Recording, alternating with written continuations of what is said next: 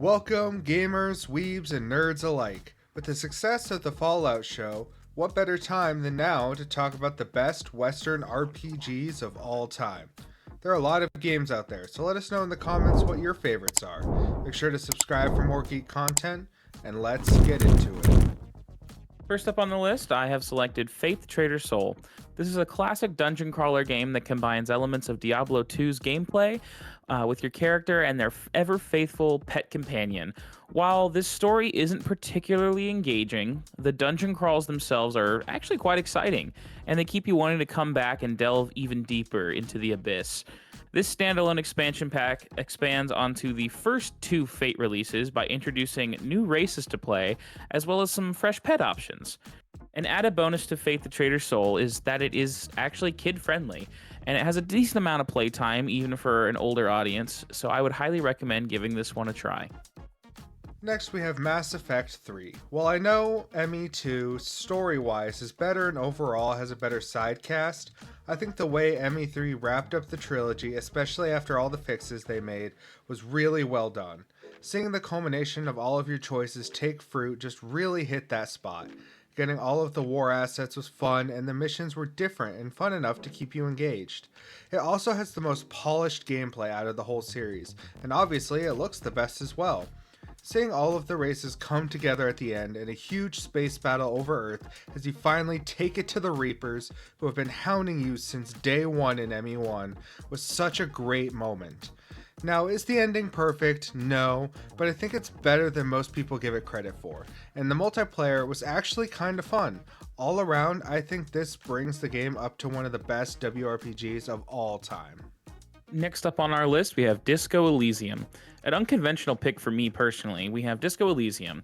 Not only is this combat free, but it also offers a complex world and intriguing narrative. It's best experienced for yourself knowing very, very little, but to sum things up, the game puts you in the shoes of a washed-up police officer investigating a grisly and bizarre murder. Through your actions and dialogue, you can either save or condemn the disaster of a protagonist.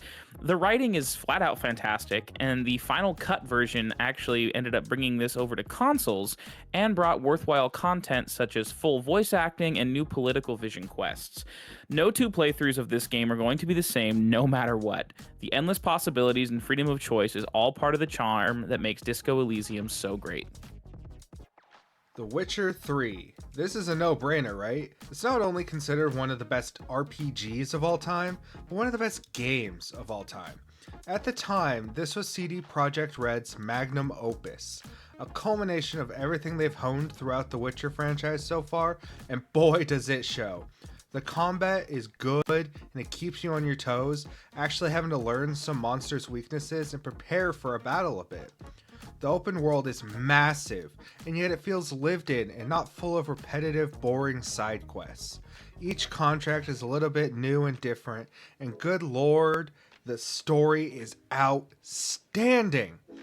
We get to know Geralt on a more personal level in this game, as well as the rest of the main cast in Yen, Triss, Dandelion, Ciri, and more. While it is a long game, there's a reason I've come back to this time and time again to replay it.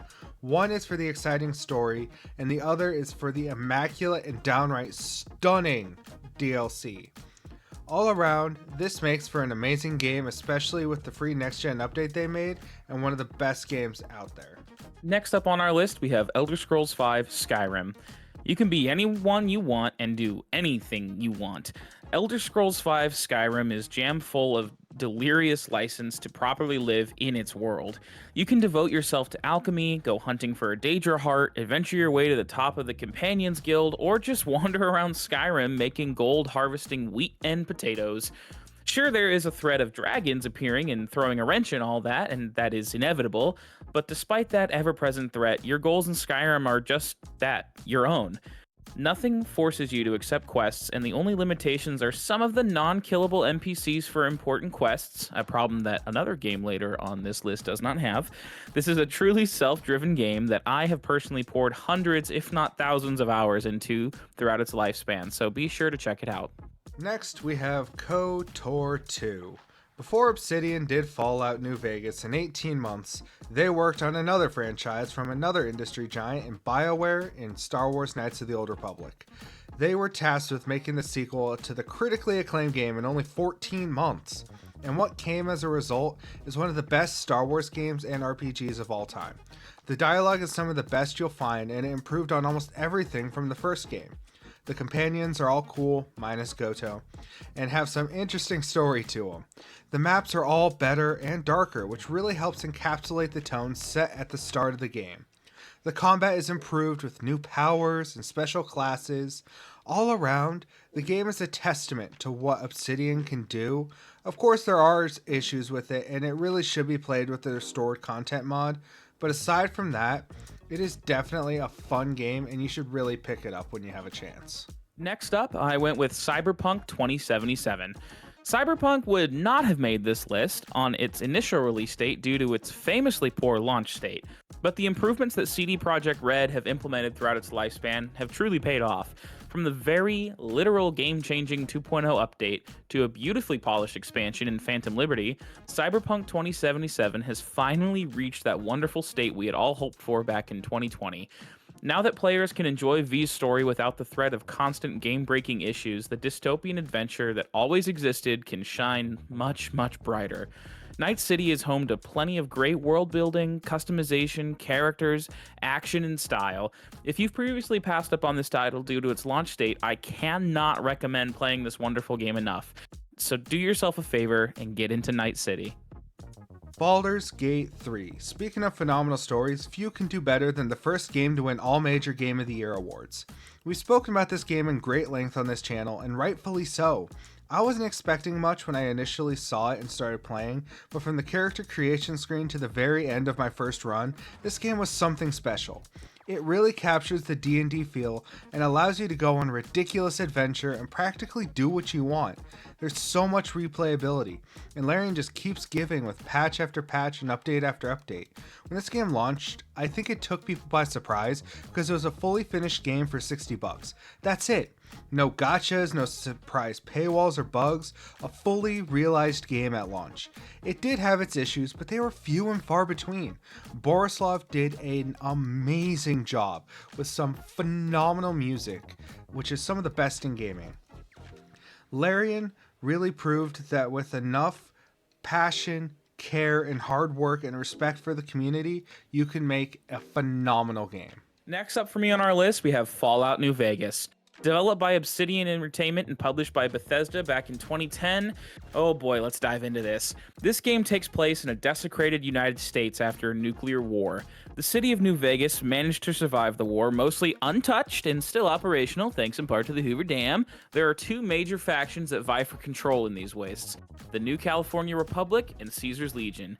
You play as the courier with no defined background. Your task was to deliver a package to the New Vegas Strip, and however, some complications arise, and you find yourself directly involved in the power struggle between the NCR and Caesar's Legion, not to mention the wide variety of other factions that exist in the Mojave Wasteland. The story provides twists, but its predictability is a minor drawback that is easily remedied by the breadth of decision and overall freedom given to you in this title. With improved combat, ADS mechanics, and some of the best DLC that has ever existed for a Fallout title, Obsidian took everything that Fallout 3 did and improved upon it massively. The game can have a slow start to most, but trust us when we say that it is more than worth the patience to get to more of that delectable endgame content. Besides, the truth is, the game was rigged from the start. Last, but definitely not least, we have one of the best looter shooters and just all-around fun games in Borderlands 2. This has one of the best villains in gaming with Handsome Jack and his trusty companion Butt Stallion. The gameplay is fun and sporadic with so many different wacky weapons to choose from, and it has an iconic cast of characters that never fail to make you happy. While it does follow your usual shoot, get better to your weapon cycle until you have orange everything, it doesn't seem to get repetitive and introduces enough new stuff to keep you engaged. If you haven't played any of the Borderlands games, definitely pick this one up. You won't be disappointed. Thank you for watching. Be sure to head on over to the Variant Geek channel to see all the rest of our nerdy goodness. Be sure to subscribe with notifications on so you don't miss out on said nerdy goodness. And while you're there, be sure to check out our various socials, such as our TikTok, Twitch streams, and our new Discord server where you can share your ideas and thoughts on our videos. Until next time, stay nerdy, you geeks.